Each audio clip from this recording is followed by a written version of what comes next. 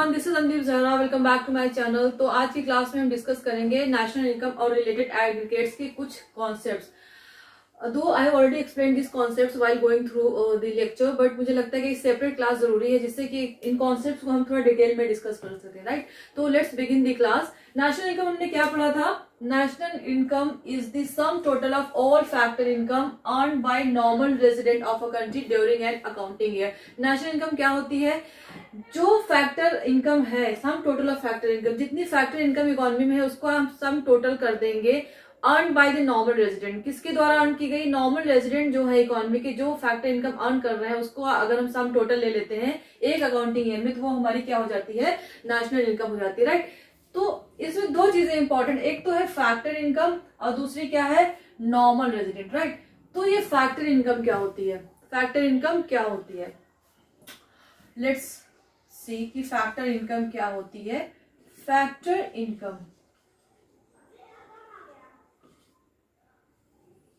तो while calculating national income हम क्या इंक्लूड करते हैं? फैक्टर इनकम को। तो there are two types of income, एक तो होती है फैक्टर इनकम, दूसरी क्या होती है? Transfer income. Transfer income, right. तो नेशनल इनकम के कैलकुलेशन में हम फैक्टर इनकम को इंक्लूड करते हैं, ट्रांसफर इनकम को इंक्लूड नहीं करते ना। What is factor income? See, हमें पता है कि देयर आर, जब हम टू सेक्टर इकोनॉमी कर रहे थे, सर्कुलर फ्लो ऑफ इनकम हमने किया, आपको याद होगा, तो उसमें हम क्लोज्ड इकोनॉमी की बात करते हैं। क्लोज्ड इकोनॉमी में हमारे पास टू सेक्टर्स थे। कौन कौन से सेक्टर्स थे? Household sector and business firm. Two sector थे, हाउस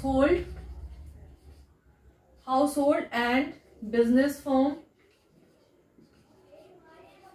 बिजनेस फर्म्स या कह लीजिए प्रोड्यूसर्स, ठीक है, प्रोड्यूसर्स। तो हाउस होल्ड क्या प्रोवाइड करता है? Household are the owner of the factor of production. Household क्या होते हैं? फैक्टर्स ऑफ प्रोडक्शन के ओनर होते हैं। और वो फैक्टर्स ऑफ प्रोडक्शन क्या है?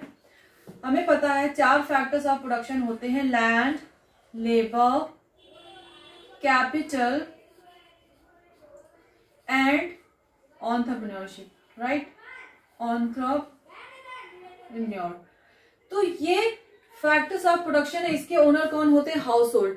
तो हाउस होल्ड क्या करते हैं? बिजनेस फर्म्स को या प्रोड्यूसर्स को अपनी सर्विसेज प्रोवाइड करते हैं। जैसे कि कोई प्रोड्यूसर, उसको कोई गुड प्रोड्यूस करना है, कोई भी कमोडिटी प्रोड्यूस करना है, उसको किस चीज की रिक्वायरमेंट होगी? फैक्टर्स ऑफ प्रोडक्शन की रिक्वायरमेंट होगी, right. Without factors of production तो वो किसी भी गुड या कमोडिटी को प्रोड्यूस ही नहीं कर सकता है। तो ये सप्लाई कौन करेगा? Household sector will supply this factors of production to the business firm. तो once the production process is complete, जब प्रोडक्शन प्रोसेस कंप्लीट हो जाता है किसी कमोडिटी का, तो ये प्रोड्यूसर्स क्या करते हैं? प्रोड्यूसर क्या करते हैं? इनको फैक्टर पेमेंट करते हैं। किस फॉर्म में? लैंड को क्या मिलेगा? रेंट। किसी भी चीज को प्रोड्यूस करने के लिए सबसे इंपॉर्टेंट चीज क्या है? लैंड होनी चाहिए, जिसपे वो अपनी फैक्ट्री सेटअप कर सकते हैं या फिर कोई फॉर्म सेटअप कर सकते हैं। तो इसलिए जब लैंड को यूज करेंगे तो उन्हें क्या पे करना पड़ेगा? Rent. Second important thing is that labour. Labour are needed to carry out the production. Labours are needed to carry out the production. Production को शुरू करने के लिए, जब प्रोडक्शन स्टार्ट हो गया तो उसको प्रोड्यूस कौन करेगा? लेबर्स की रिक्वायरमेंट होगी। लेबर्स को क्या मिलेगा? रेम्यूनरेशन मिलेगा या कॉम्पेंसेशन टू एम्प्लॉयज हम कह सकते हैं, राइट। तो लेबर को क्या मिलेगा? वेजेस और we can say compensation to employees. Compensation to employees, right. तीसरी चीज क्या आ जाती है? कैपिटल। फंड की रिक्वायरमेंट होती है किसी चीज को प्रोड्यूस करने के लिए। प्रोड्यूसर जो है या बिजनेस फर्म जो है फंड बारो करेगा फ्रॉम द फाइनेंशियल इंस्टीट्यूशंस या बैंक से। तो उस पर क्या होगा? उसको इंटरेस्ट पे करना पड़ेगा। तो interest will be paid on the borrowed fund, है ना। जो कैपिटल या फंड जो बोरो किया गया है उस पर क्या होगा? इंटरेस्ट पे किया जाएगा। चौथी चीज क्या आती है? एंटरप्रेन्योरशिप। एंटरप्रेन्योर वो है जो आइडिया को इनिशिएट करेगा ना, कोई नया आइडिया लेकर के आएगा जिस पर काम किया जाएगा, तो उसको क्या मिलेगा? प्रॉफिट। तो ये चारों चीज क्या है? Rent, wages, interest, profit, these are factor payment. These are factor payment or we can say factor income. Factor income ये क्या है? रेंट, वेजेस, इंटरेस्ट, प्रॉफिट क्या है? फैक्टर पेमेंट है। अगर हम प्रोड्यूसर के पॉइंट ऑफ व्यू से बात करें तो ये क्या हो जाएगा? फैक्टर पेमेंट हो जाएगा। और फैक्टर्स ऑफ प्रोडक्शन के पॉइंट ऑफ व्यू से बात करें तो this will be factor income. तो ये फैक्टर ऑफ प्रोडक्शन है, ये फैक्टर इनकम है जो नेशनल इनकम के कैलकुलेशन में इंक्लूड होगी, राइट। हम इस फैक्टर इनकम की बात कर रहे हैं। दूसरी क्या आ जाती है हमारी ट्रांसफर इनकम। ये क्लियर हो गया आई थिंक आपको, इसमें कोई कंफ्यूजन नहीं होना चाहिए, राइट। दूसरी इनकम क्या होती है? ट्रांसफर इनकम या ट्रांसफर पेमेंट। ट्रांसफर पेमेंट और we can say transfer income. अब ये क्या होती है? सी कभी कभी क्या होता है, गवर्नमेंट जो है जैसे कॉम्पेंसेशन या फिर अनएम्प्लॉयमेंट कॉम्पेंसेशन प्रोवाइड कराती है या फिर ओल्ड एज पेंशन प्रोवाइड कराती है। जैसे कि अभी एक स्कीम चल रही है जिसके थ्रू क्या होता है, ओल्ड एज जो पीपल होते हैं 60 साल के जो लोग हो चुके हैं उनके अकाउंट में 3000 रुपीज आ जाता है। तो ये क्या है? ओल्ड एज पेंशन है। ये क्या है? ट्रांसफर पेमेंट है, ट्रांसफर इनकम। इसी तरीके से वेस्टर्न कंट्रीज में अनएम्प्लॉयमेंट कॉम्पेंसेशन प्रोवाइड कराया जाता है, यानी कि जो लोग अनएम्प्लॉयड हैं, लोग फर्स्ट टाइम जॉब सर्च कर रहे हैं या फिर किसी की जॉब छूट गई है, they are in between the jobs, right, तो उनको अनएम्प्लॉयमेंट कॉम्पेंसेशन प्रोवाइड कराया जाता है। तो ये चीजें क्या होती है? ट्रांसफर इनकम होती है। इसी तरीके से गिफ्ट्स हो गया, चैरिटी हो गया, या कुछ एनजीओस को कुछ लोग डोनेशन प्रोवाइड कराते हैं। आपने सुना होगा सलमान खान ने किसी पर्टिकुलर एनजीओ को इतना अमाउंट दिया, या किसी और एक्टर ने किसी एनजीओ को इतना अमाउंट दिया, डोनेट किया। तो ये जो होता है जैसे कि गिफ्ट हो गया, gifts, donation, charity, unemployment compensation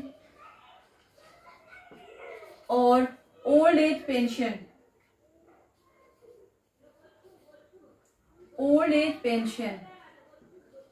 तो ये सारी चीजें क्या है? ये सारी चीजें हैं हमारी ट्रांसफर पेमेंट या ट्रांसफर इनकम कह लीजिए। और इसको हम क्या कहते हैं? यूनिलैटरल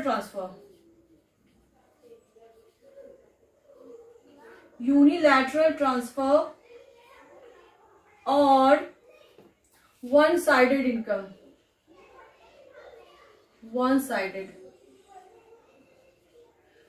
तो ये ट्रांसफर पेमेंट या इसे यूनिलैटरल ट्रांसफर क्यों कहते हैं? सी ये जो इनकम है, ट्रांसफर पेमेंट जो है, ट्रांसफर इनकम जो है, ये वन साइडेड इनकम है। इसको यूनिलैटरल ट्रांसफर क्यों कहते हैं? क्योंकि यूनिलैटरल मीन्स वन साइडेड, यानी कि आपको कुछ अमाउंट दिया जाए, उसके बदले में आपको कोई सर्विस नहीं प्रोवाइड करानी पड़े। गवर्नमेंट ने आपको कोई कॉम्पेंसेशन दिया या ओल्ड एज पेंशन दिया, तो उसके बदले में आपको अब कोई सर्विस नहीं देनी, कोई काम नहीं किया जा रहा है। ये फ्री की इनकम है, जो फ्री की इनकम है। या फिर किसी एनजीओ कोई डोनेशन दिया गया तो उसके बदले में उस एनजीओ को, उस पर्टिकुलर इंडिविजुअल के लिए कुछ काम करने की जरूरत नहीं, कोई सर्विस प्रोवाइड कराने की जरूरत नहीं है। इसलिए हम इसे कहते हैं यूनिलैटरल ट्रांसफर, यानी वन साइडेड ट्रांसफर है, वन साइडेड इनकम, राइट। इसमें किसी वर्ड की जरूरत नहीं है। तो इसीलिए इस इनकम को हम नेशनल इनकम में इंक्लूड नहीं करते हैं। हम क्या इंक्लूड करते हैं? Factor income. तो फैक्टर इनकम क्या होती है? फैक्टर इनकम जो इनकम अर्न की गई है। फैक्टर इनकम क्या है? फैक्टर इनकम इज अर्न करी हुई इनकम ना, जिस इनकम को हमने कुछ काम किया, उसके बदले में कोई वर्क किया, उसके बदले में अगर हमें कोई इनकम रिसीव हो रही तो वो है हमारी फैक्टर इनकम, राइट। वहीं पे अगर ट्रांसफर इनकम की बात करें तो फ्री की इनकम, किसी ने गिफ्ट दे दिया, कहीं से कोई डोनेशन आ गया, कोई कॉम्पेंसेशन फ्री में मिल गया, तो वो ट्रांसफर इनकम है। तो नेशनल इनकम के कैलकुलेशन में सिर्फ फैक्टर इनकम को इंक्लूड करेंगे, ट्रांसफर इनकम को इंक्लूड नहीं करेंगे। आई थिंक ये आपको क्लियर हुआ होगा। अब बात करते हैं नॉर्मल रेजिडेंट की। Who are normal resident? Normal residents कौन होते हैं, right?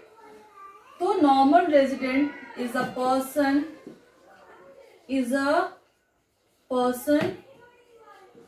who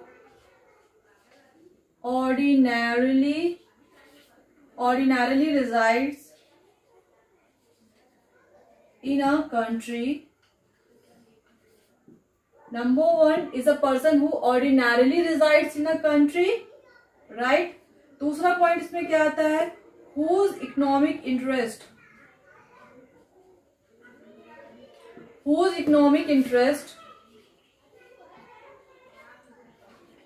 lies in that country. तो पहले जो इसमें देखते हैं नॉर्मल रेजिडेंट कौन होता है? A person who ordinarily resides in a country. इसका क्या मतलब हुआ? ऑर्डिनरीली रिजाइड्स का क्या मतलब हुआ कि कोई इंडिविजुअल अगर किसी कंट्री में 1 साल या 1 साल से ज्यादा से रह रहा है तो वो उस कंट्री का नॉर्मल रेजिडेंट कंसिडर किया जाएगा। दूसरा पॉइंट नॉर्मल रेजिडेंट के लिए है कि whose economic interest lies in the country. Economic interest lies in the country, इसका क्या मतलब है? इसका ये मतलब हुआ कि जो पर्सन रह रहा है 1 साल से, उसका कंजम्पशन, प्रोडक्शन, इन्वेस्टमेंट इसी कंट्री में हो रहा हो जिस कंट्री में वो रह रहा हो, राइट। यानी कि यहीं पर वो कमा रहा हो, यहीं पे खर्च कर रहा हो, या कुछ इन्वेस्टमेंट सिग्निफिकेंट स्केल पे कुछ इन्वेस्टमेंट करना हो तो वो इसी कंट्री में कर रहा हो। तो नॉर्मल रेजिडेंट की 2 कंडीशन क्या हो गई? एक तो पर्सन ऑर्डिनरीली रिजाइड्स कर रहा हो, मतलब 1 साल से ज्यादा से इस कंट्री में रह रहा है, 1 साल या 1 साल से ज्यादा से इस कंट्री में रह रहा हो, प्लस उसका इकोनॉमिक इंटरेस्ट यानी production, then consumption, then investment इसी कंट्री में हो रहा हो, तब उस पर्सन को हम क्या कहेंगे? वो पर्सन यहाँ का नॉर्मल रेजिडेंट है। और नॉर्मल रेजिडेंट के लिए ये इंपॉर्टेंट नहीं है कि वो पर्सन यहाँ का सिटीजन हो। मैंने क्या कहा? नॉर्मल रेजिडेंट के लिए ये इंपॉर्टेंट नहीं है वो पर्सन, अगर कोई पर्सन यहाँ का सिटीजन नहीं है तो भी वो नॉर्मल रेजिडेंट कंसिडर किया जा सकता है। कंडीशन क्या होनी चाहिए कि ये 2 कंडीशन फुलफिल होनी चाहिए कि ऑर्डिनरीली रिजाइड्स मतलब 1 साल या 1 साल से ज्यादा से रह रहा हो। दूसरा पॉइंट क्या है कि उसका इकोनॉमिक इंटरेस्ट यहीं पर लाई कर रहा हो। तो वो पर्सन अगर वो यहाँ का सिटीजन नहीं है, यहाँ पे बॉर्न ब्रॉट अप नहीं है, तब भी वो यहाँ का नॉर्मल रेजिडेंट कंसिडर किया जाएगा। Getting my point? तो नॉर्मल रेजिडेंट्स के लिए फॉलोइंग पॉइंट्स आर इंपॉर्टेंट। कुछ पॉइंट्स इंपॉर्टेंट है नॉर्मल रेजिडेंट्स के लिए, देखते हैं वो पॉइंट्स क्या है। तो नॉर्मल रेजिडेंट्स में क्या क्या कौन कौन से लोग आते हैं? पहला तो आता है कि citizens and institutions of a country who normally resides in the country and centre of economic interest lies in the country, right. Citizens या इंस्टीट्यूशन इस कंट्री में रह रहे हों, ठीक है, और उनका जो इकोनॉमिक इंटरेस्ट हो इसी कंट्री के लिए होना चाहिए, यानी कि यहीं के लिए प्रोड्यूस कर रहे हो, यहीं पे कंज्यूम कर रहे हो, यहीं पे इन्वेस्ट कर रहे हो, तो वो क्या कंसिडर किए जाएंगे? नॉर्मल रेजिडेंट्स कंसिडर किए जाएंगे। दूसरा पॉइंट क्या आता है? Citizens of other Nations who continues to live in our country beyond a period of 1 year। अभी हमने डिस्कस किया ना कि कोई भी फॉर एग्जाम्पल यूएस का कोई बंदा यहाँ पे आके रह रहा है, उसको रहते हुए 1 साल से ज्यादा हो गया है, राइट। तो ऑर्डिनरीली रिजाइड्स कर रहा है यहाँ पे, plus whose economic interest lies in our country, उसका जो इकोनॉमिक इंटरेस्ट यानी कि जो भी प्रोडक्शन हो रहा है, कंजम्पशन हो रहा है, जो भी वो अर्न कर रहा है या जो भी इन्वेस्टमेंट कर रहा है वो इसी कंट्री में कर रहा है, वो क्या कंसिडर किया जाएगा? यहाँ का नॉर्मल रेजिडेंट कंसिडर किया जाएगा। जबकि वो सिटीजन तो यूएस का है, बट चूंकि 1 साल से ज्यादा से यहाँ पे रह रहा है और यही भी प्रोडक्शन, कंजम्पशन, इन्वेस्टमेंट कर रहा है, तो यहाँ का वो नॉर्मल रेजिडेंट कंसिडर किया जाएगा। Getting my point? Then citizens of own country working in international organization like World Bank, IMF, right? तो citizens of own country working in international organization, कुछ international organizations होती हैं like IMF हो गया, world bank हो गया, उसके offices यहाँ पर होते हैं। सपोज हमारे इंडिया में इन जो ऑर्गेनाइजेशंस इनके ऑफिसेज हैं, यहाँ पे इंडियंस काम कर रहे हैं, इंडियन सिटीजन यहाँ पे काम कर रहे हैं, तो वो यहाँ के नॉर्मल रेजिडेंट कंसिडर किए जाएंगे। क्लियर है? इन इंटरनेशनल ऑर्गेनाइजेशन में अगर यहाँ के सिटीजन्स काम कर रहे हैं तो वो यहाँ के नॉर्मल रेजिडेंट कंसिडर किए जाएंगे। नेक्स्ट पॉइंट इसमें आता है कि Indians working in foreign embassies. Foreign embassies में अगर इंडियंस काम कर रहे हैं, मतलब हमारे इंडिया के एम्बेसी फॉरेन अलग अलग दूसरे कंट्रीज में होती है, रेस्ट ऑफ द वर्ल्ड में होती है, तो वहां पे अगर इंडियंस काम कर रहे हैं तो वो यहीं के नॉर्मल रेजिडेंट कंसिडर किए जाएंगे। हालांकि वो रहे तो वहां पे रहे, बट यहाँ के नॉर्मल रेजिडेंट कंसिडर किया जाएंगे। नेक्स्ट इसमें आता है कि citizens of a country living abroad but not a period of more than 1 year and whose center of economic interest lies in this country or या in their country। यहाँ के citizens हैं, हमारे यहाँ के सिटीजन्स हैं, बाहर किसी कंट्री में रह रहे हैं, जापान में रह रहे हैं, कनाडा में रह रहे हैं, बट उनको रहते हुए अभी कुछ महीने हुए, 3 महीने हुए, 4 महीने हुए, मतलब 1 साल नहीं हुआ, 1 साल से कम टाइम पीरियड के लिए वो वहां पर रह रहे हैं और उनका जो इकोनॉमिक इंटरेस्ट है, प्रोडक्शन है, कंजम्पशन है या जो भी इन्वेस्टमेंट है वो यहीं पर लाई कर रहा है, इंडिया में ही लाई कर रहा है, तो वो यहाँ के नॉर्मल रेजिडेंट कंसिडर किया जाएंगे, वहां के नॉर्मल रेजिडेंट कंसिडर नहीं किया जाएंगे। क्लियर है? देन आता है अगला पॉइंट की ambassadors of India in rest of the world. India का जो एम्बेसडर होता है, यानी कि एम्बेसडर कौन होते हैं? जो रिप्रेजेंटेटिव होते हैं हमारी कंट्री के, हमारी कंट्री को जाकर के दूसरे कंट्री में रिप्रेजेंट करते हैं, ठीक। तो वो अगर किसी फॉरेन कंट्री में गए हैं तो वो यहाँ के ही नॉर्मल रेजिडेंट कंसिडर किया जाएंगे। एम्बेसडर्स जो है फॉरेन कंट्री में गए हैं बट यहाँ के नॉर्मल रेजिडेंट कंसिडर किए जाएंगे। तो हमने ये कितने पॉइंट्स किए, एक तो सिटीजन्स या इंस्टीट्यूशंस ऑफ अवर कंट्री जो यहाँ पे रह रहे हैं, जिनकी इकोनॉमिक इंटरेस्ट यहीं पर हो, यहाँ के नॉर्मल रेजिडेंट कंसिडर किए जाएंगे। अदर कंट्री के जो सिटीजन्स है बट यहाँ इंडिया में रह रहे हैं, 1 साल से ज्यादा से रह रहे हैं, उनका इकोनॉमिक इंटरेस्ट यहीं पर है, तो वो नॉर्मल रेजिडेंट यहाँ के कंसिडर किए जाएंगे। Citizens of our country working in international organisation, international organisation जैसे कि IMF, वर्ल्ड बैंक है, यहाँ पे उसके ऑफिसेज है, बट यहाँ के सिटीजन वहाँ पे काम कर रहे हैं, इंडियंस वहाँ पे काम कर रहे हैं, तो वो यहाँ के नॉर्मल रेजिडेंट कंसिडर किए जाएंगे। Then citizens of our country living abroad but not a period of more than 1 year, हमारे यहाँ के सिटीजन बाहर रह रहे हैं बट 1 साल अभी नहीं हुआ उनको रहते हुए, उनका इकोनॉमिक इंटरेस्ट भी इसी कंट्री में है, तो वो यहाँ के नॉर्मल रेजिडेंट कंसिडर किए जाएंगे। Then ambassador of India in rest of the world, यहाँ का एम्बेसडर बाहर किसी कंट्री में जा रहा है यहाँ की इंडिया को रिप्रेजेंट करने के लिए, तो वो यहाँ का ही नॉर्मल रेजिडेंट कंसिडर किया जाएगा। तो ये तो हो गया नॉर्मल रेजिडेंट की बात हो गई। अब कौन है जो नॉर्मल रेजिडेंट में नहीं आते हैं, अब हम बात करते हैं non resident of India, right. ये तो हो गई रेजिडेंट ऑफ इंडिया की बात, नॉर्मल रेजिडेंट। नॉन रेजिडेंट मतलब NRI। तो देखते हैं कि NRI में कौन कौन आता है, कौन है। पहला आता है इसमें कि foreigners working in Indian embassies, working in Indian embassies in Canada and Japan. Indian embassy अगर कनाडा और जापान में है, वहां पे फॉरेनर्स काम कर रहे हैं, यानी कनाडा जापान के लोग वहां पे काम कर रहे हैं, तो वो यहाँ के नॉर्मल रेजिडेंट कंसिडर नहीं किए जाएंगे, वो वहीं के नॉर्मल रेजिडेंट कंसिडर किए जाएंगे, यहाँ के लिए वो नॉन रेजिडेंट होंगे। फिर रिपीट करती हूँ कि इंडियन एम्बेसीज अगर कनाडा या जापान में है और वहां के सिटीजन उसमें काम कर रहे हैं, तो वहीं के नॉर्मल रेजिडेंट कंसिडर किए जाएंगे, यहाँ के नॉर्मल रेजिडेंट नहीं कंसिडर किए जाएंगे। Getting my point. Then a German working as a director of office of the IMF located in India, IMF का ऑफिस यानी कि इंटरनेशनल मॉनेटरी फंड का ऑफिस इंडिया में है, वहां पे कोई जर्मन एज अ डायरेक्टर काम कर रहा है, तो वो कहाँ का नॉर्मल रेजिडेंट कंसिडर किया जाएगा, जहां का वो है जर्मन है, अगर जर्मनी का है तो वो वही का नॉर्मल रेजिडेंट कंसिडर किया जाएगा ना। इंडिया के लिए वो क्या हो जाएगा, नॉन रेजिडेंट। क्या हो जाएगा, non resident.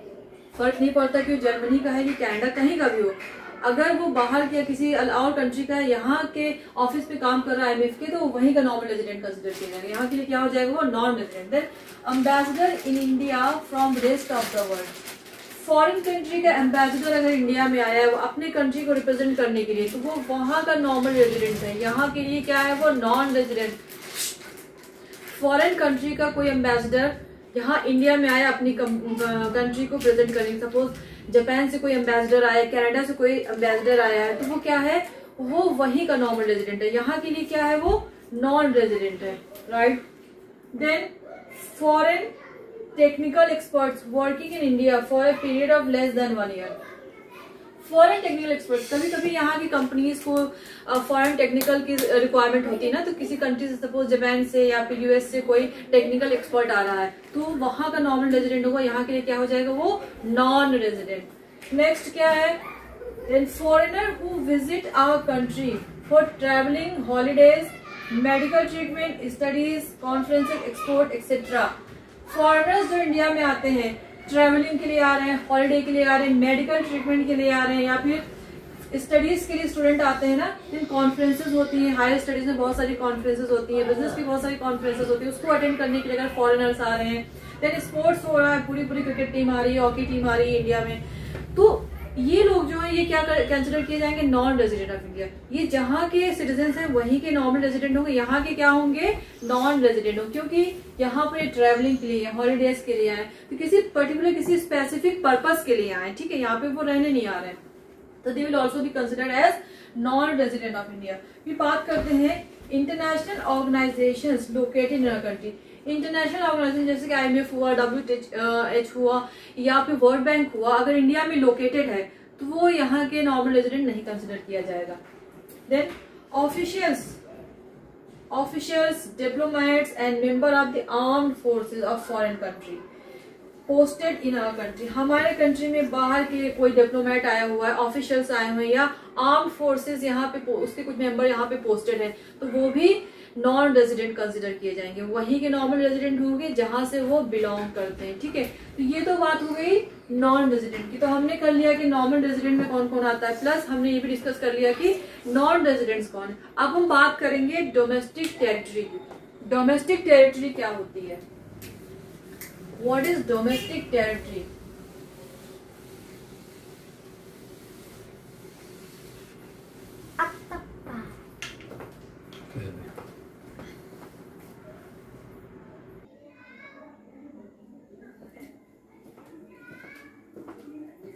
Now what is domestic territory? Domestic territory क्या होती है? देखिए, अगर हम कॉमन लैंग्वेज में बात करें तो एक एरिया जिसको पॉलिटिकली डिफाइन कर दिया गया है कि अच्छा ये हमारे देश का एरिया है, वो हो गया domestic territory.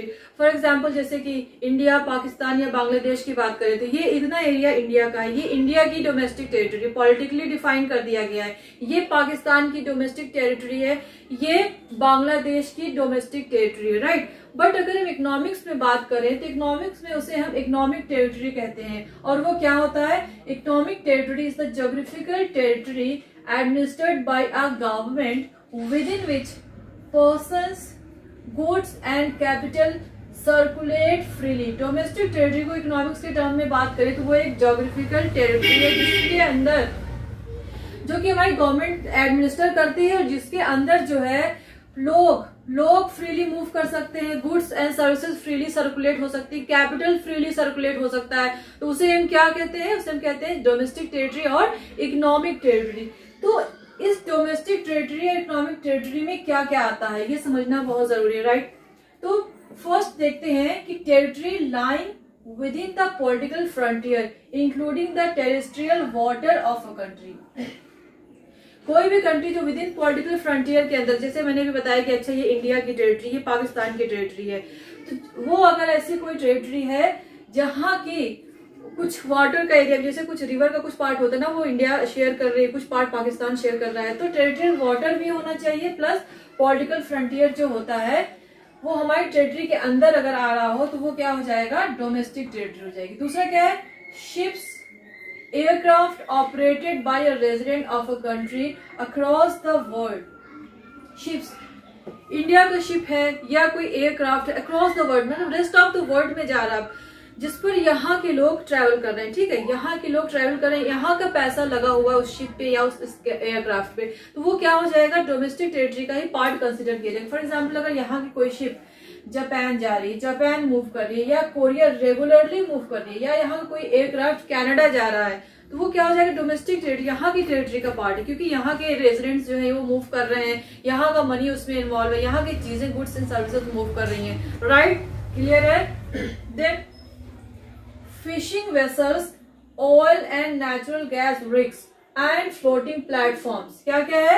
fishing vessels, oil, natural gas rigs and floating platform operated by resident of the country in international water or engaged in extraction in areas where country has exclusive right। देखिए, fishing vessels होते हैं ना, बड़ी बड़ी ships होते हैं जो fish को और अदर एक्वेटिक एनिमल्स को एक्सट्रैक्ट करते हैं ओशियन से, है ना, या फिर नेचुरल ऑयल रिग्स होते हैं, नेचुरल गैस रिग्स होते हैं, या फिर फ्लोटिंग प्लेटफॉर्म्स होते हैं। तो इंटरनेशनल जो ओशन है हमारा, इंटरनेशनल वाटर बॉडीज हैं जहां पर इंडिया को एक्सक्लूसिव राइट मिला हुआ है ना, उस जगह पे अगर यहाँ के रेजिडेंट उस फिशिंग वेसल्स पे या नेचुरल गैस रिग्स पे या उस फ्लोटिंग प्लेटफॉर्म पे ऑपरेट कर रहे हैं, काम कर रहे हैं, तो यहाँ की डोमेस्टिक टेरिटरी का पार्ट वो कंसिडर किया जाएगा। क्यों? क्योंकि वो फिशिंग वेसल जो है वो इंडिया का है, यहाँ के पैसा उस पे लगा, यहाँ के कैपिटल उस पे लगा, यहाँ के लोग उस पे, यहाँ के रेजिडेंट उस पे काम कर रहे हैं।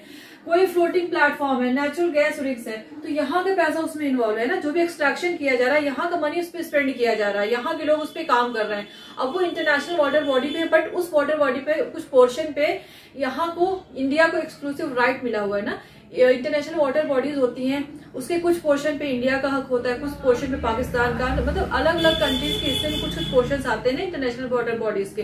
तो कुछ पोर्शन ऐसे हैं जिसपे अगर इंडिया को एक्सक्लूसिव राइट मिला हुआ है, उस पोर्शन पे अगर फिशिंग वेसल्स काम कर रही हैं या फिर फ्लोटिंग प्लेटफॉर्म्स लगाए गए हैं जो कि एक्वेटिक एनिमल्स को एक्सट्रैक्ट कर रहे हैं या नेचुरल ऑयल को एक्सट्रैक्ट करने के लिए जो रिक्स बनाए गए हैं, तो उन सारी चीजों पर यहाँ के लोग काम कर रहे हैं, तो यहीं के डोमेस्टिक टेरिटरी का, इकोनॉमिक टेरिटरी का पार्ट कंसिडर किया जाएगा।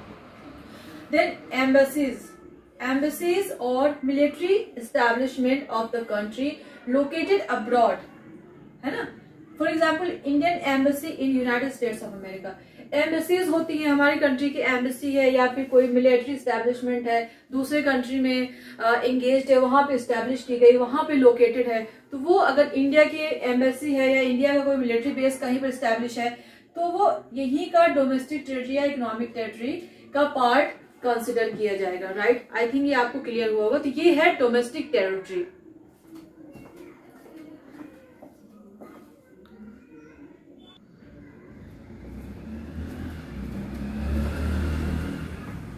अब बात करते हैं डोमेस्टिक इनकम और नेशनल इनकम की। डोमेस्टिक इनकम यानी NDP-FC, net domestic product at factor cost. National income is NNP eight factor cost. Factor cost हम डिस्कस कर चुके हैं। Factor cost is nothing but the factor income, है ना। Factors of production को जो इनकम जनरेट हुई उसी को हम कहते हैं फैक्टर कॉस्ट या factor income, right. Now what is domestic income? See, it is the sum total of income generated within the domestic territory no matter who generates this income, residents और non resident. इसको हम already discuss कर चुके जब हम gross domestic product कर रहे थे। ग्रॉस डोमेस्टिक प्रोडक्ट या नेट डोमेस्टिक प्रोडक्ट दोनों ही डोमेस्टिक इनकम है। The only difference is that कि वहां पर हम ग्रॉस वैल्यू लेते हैं, यहाँ पे नेट वैल्यू लेते हैं। तो क्या होती है domestic income? It is the sum total of income generated within the domestic territory. Domestic territory के अंदर जो भी फैक्टर इनकम जनरेट हो रही है उसको हम कहते हैं डोमेस्टिक इनकम। अब फर्क नहीं पड़ता है कि कौन जनरेट, किसके थ्रू जनरेट हो रही है, यानी कि नॉर्मल रेजिडेंट के थ्रू जनरेट हो रही है या फिर नॉन रेजिडेंट के थ्रू जनरेट हो रही है। मैंने कहा कि डोमेस्टिक इनकम वो इनकम होती है जो with in the domestic territory generate हो रही है एक अकाउंटिंग ईयर में। विद इन दी डोमेस्टिक जो जितनी भी फैक्टर इनकम जनरेट हो रही है, अब इससे फर्क नहीं पड़ता कि नॉर्मल रेजिडेंट के थ्रू जनरेट हो रही है या फिर नॉन रेजिडेंट के थ्रू। इट मीन्स कि हमें पता है कि हमारे कंट्री में कुछ बाहर से कुछ लोग आके काम कर रहे हैं या कोई फर्म बाहर से आके सेटअप हुई है, तो उसके थ्रू जो इनकम जनरेट हो रही है, मतलब अभी उसको रहते हुए यहाँ पे 1 साल नहीं हुए, कुछ मंथ्स ही हुए, तो वो नॉन रेजिडेंट ही कंसिडर किया जाएगा। तो उसकी इनकम प्लस यहाँ के जो नॉर्मल रेजिडेंट है, राइट, यहाँ के जो नॉर्मल रेजिडेंट, उनकी दोनों की इनकम को अगर हम इंक्लूड कर लेंगे तो क्या हो जाएगा? Domestic income. क्लियर है? वहीं पे बात करते हैं हम नेशनल इनकम की। तो नेशनल इनकम क्या होती है? That is NNP eight factor cost. It is the sum total of factor income accruing to the normal residents of a country, no matter where the income is generated, within the domestic territory or rest of the world. National income क्या है? Sum total of factor income generated within the domestic territory by the normal resident of a country. Within the domestic territory plus rest of the world. तो national income में और domestic income में यही फर्क है। Domestic territory में, domestic income में सिर्फ हम डोमेस्टिक टेरिटरी को इंक्लूड करते हैं, यानी जो भी इनकम अर्न की जा रही है with in the domestic territory होनी चाहिए। सपोज ये इंडिया की डोमेस्टिक टेरिटरी है, तो जो भी इनकम अर्न हो रही है बाय द नॉर्मल रेजिडेंट और नॉन, फर्क नहीं पड़ता कि कौन जनरेट कर रहा है, किसके थ्रू जनरेट हो रही है, नॉर्मल रेजिडेंट के थ्रू या नॉन रेजिडेंट। फर्क क्या पड़ रहा है? इंपॉर्टेंट यहाँ पे क्या है कि डोमेस्टिक टेरिटरी के अंदर अगर वो जनरेट हो रही है तो वो डोमेस्टिक इनकम कंसिडर की जाएगी, net domestic product at factor cost consider की जाएगी।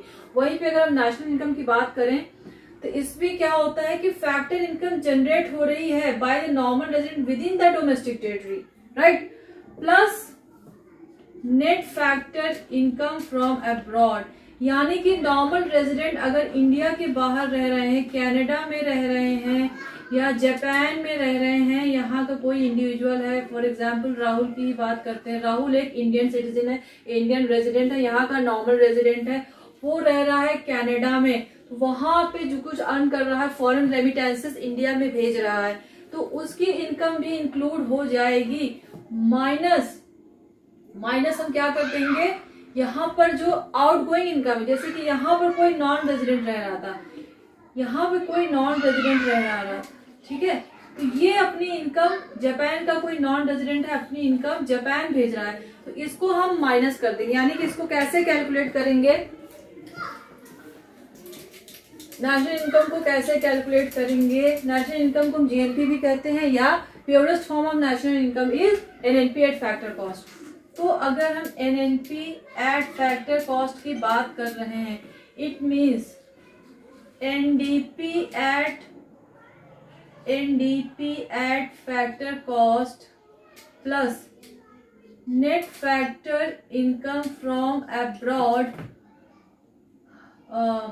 Net factor income from abroad. तो ये net factor income from abroad कहाँ से आया? ये आया incoming money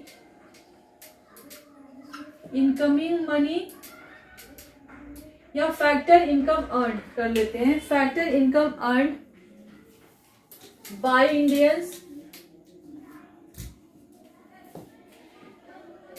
net factor income from abroad कैसे आया? Factor income earn by Indians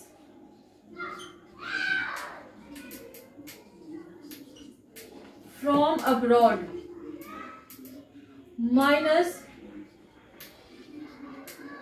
factor income earn by foreigners to abroad, right. तो नेट फैक्टर इनकम कहाँ से आया? इंडिया का कोई बंदा अगर बाहर कनाडा में रह के वहां से इनकम भेज रहा है, उसमें अगर इंडिया में कोई फॉरेनर रह रहा है, उसकी इनकम को हमने माइनस कर दिया तो हमें क्या मिल जाएगा? Net factor income earn from abroad. तो अगर हमें एनएनपी एट फैक्टर कॉस्ट निकालना है तो NDP plus net factor income from abroad को प्लस कर देंगे तो क्या आ जाएगा? हमारे पास एनएनपी आ जाएगा। तो क्या डिफरेंस है इसमें? डोमेस्टिक इनकम में net factor income from abroad को इंक्लूड नहीं करते हैं, वहीं पर नेशनल इनकम में या एनएनपी एट फैक्टर कॉस्ट में net factor income from abroad को इंक्लूड करते हैं। ये दोनों में डिफरेंस है। तो that's all for today. Thank you very much. I hope ये क्लास आपको समझ में आई। अगर आपको ये क्लास समझ में आई तो please do like share and subscribe my channel. Thank you very much.